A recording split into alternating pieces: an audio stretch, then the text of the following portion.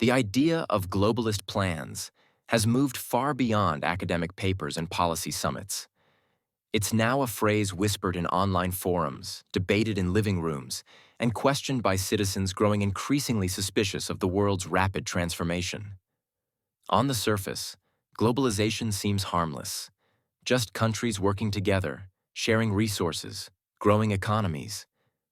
But dig deeper, and a more calculated agenda begins to emerge. One that could have drastic implications for how you live, what you eat, where you work, and even what you're allowed to think.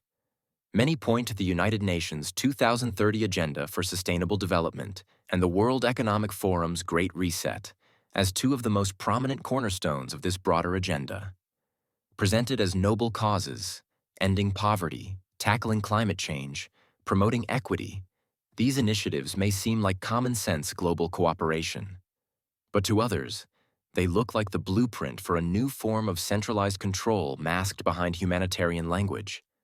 The 2030 Agenda, for instance, lays out 17 Sustainable Development Goals, or SDGs, adopted by 193 countries under the UN's guidance in 2015. These goals touch every part of life: energy, education, employment, infrastructure, agriculture, health, gender roles, and even justice systems. Supporters say it's a vision for a better world. Critics argue it's a Trojan horse, cloaking drastic societal restructuring in flowery language. If fully realized, the 2030 Agenda could lead to sweeping changes in your daily life. The kind of food you're allowed to grow or eat, limits on private vehicle ownership, controls on energy consumption in your home, the regulation of speech and information under the guise of equity, and sweeping biometric surveillance justified as digital identity systems for global citizens.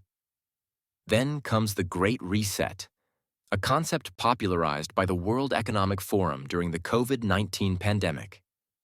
WEF founder Klaus Schwab described it as a rare opportunity to build a better world, but many saw it as something far more ominous.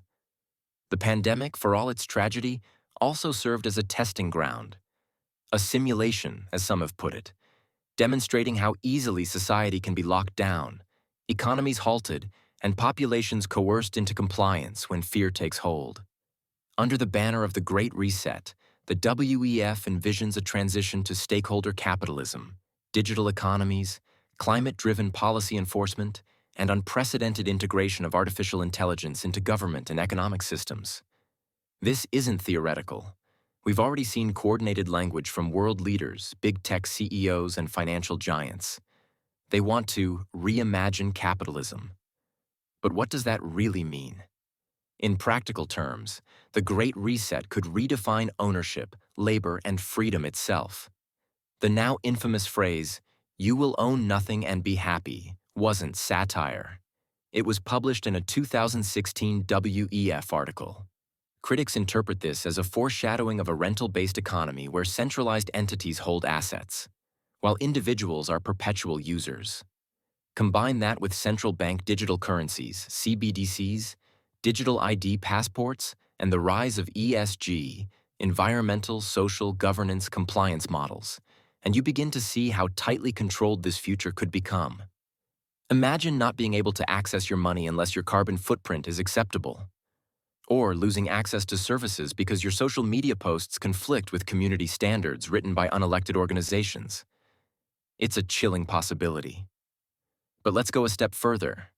How will these systems be enforced? Enter smart cities.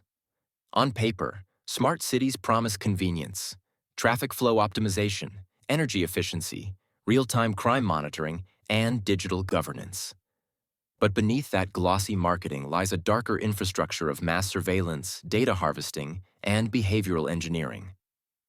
With the rollout of 5G and eventually 6G, interconnected devices will constantly monitor citizen behavior, tracking where you go, what you buy, how much water you use, even your body temperature. Every move fed into a central database where AI algorithms determine whether you're a compliant citizen. Facial recognition technology will become standard. Drone surveillance won't just be for military use. It'll patrol neighborhoods under the pretense of safety. Digital ID cards embedded with biometric data will become your passport to daily life. Without it, you may not be able to travel, access healthcare, buy groceries, or even log into the internet. In some countries, these systems are already being tested. It's the merging of physical control with digital oversight.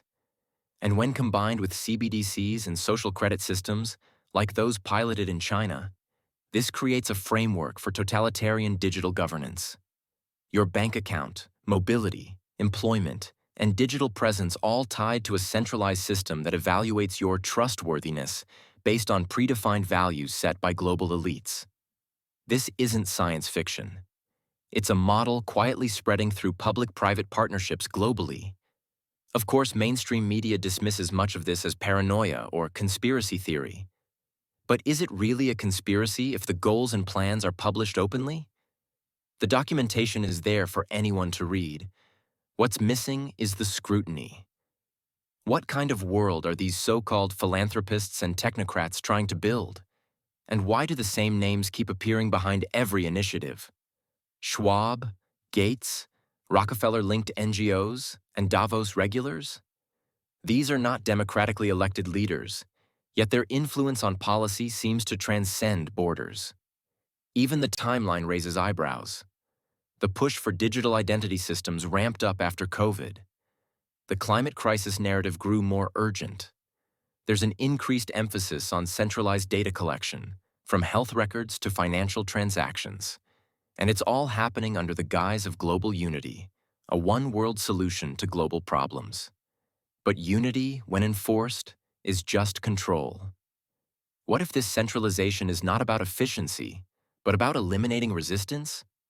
The idea of engineered crises, whether pandemics, food shortages, or energy blackouts, as a tool to push populations into accepting solutions they'd normally reject, isn't new.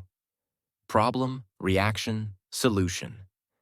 Create a crisis, observe the public's fear and demand for safety, then implement the solution you already had waiting. One that quietly curtails freedoms while promising security. Some researchers and thinkers argue this is the very pattern we're witnessing now.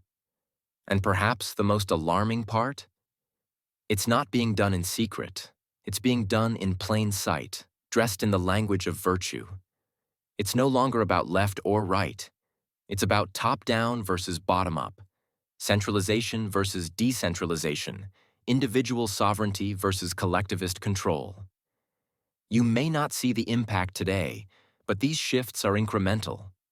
Your children may live in a world vastly different from the one you knew. One where algorithmic governance, automated compliance systems, and digitally administered morality replace local customs, national laws, and individual conscience. So, is it a grand conspiracy? Or a slow-moving coordination of global agendas, hiding behind benevolent language, reshaping the world without the public ever truly consenting? Either way, the future is being written, and not necessarily in our favor. The question now isn't whether these plans exist. They do. The real question is how much of your life you're willing to hand over before you realize what's been taken. If you've made it this far, don't forget to like, comment, and subscribe. Share this video if you believe in personal freedom, digital privacy, and informed consent. Because this is just the beginning, and the algorithm is watching.